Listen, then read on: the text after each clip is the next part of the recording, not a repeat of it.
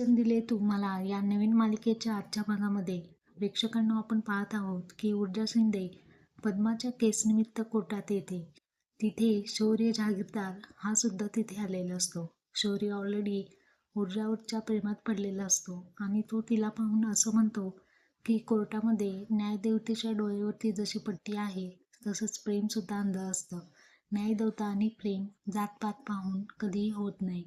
आता प्रेमाची संकल्पना कायद्याच्या भाषेतून ऊर्जाला त्याने समजावून सांगितलेली असते आणि ऊर्जा म्हणते खूपच तू वेगळा वकील आहेस. इकडे आपण पाहतो की जहागीरदार हर्षवर्धन म्हणतो की ती यशवंतची मुलगी आहे, तिच्याकडे कोणकोणते पुरावे आहेत आणि ही केस ट्रायलला जाता कामा नये.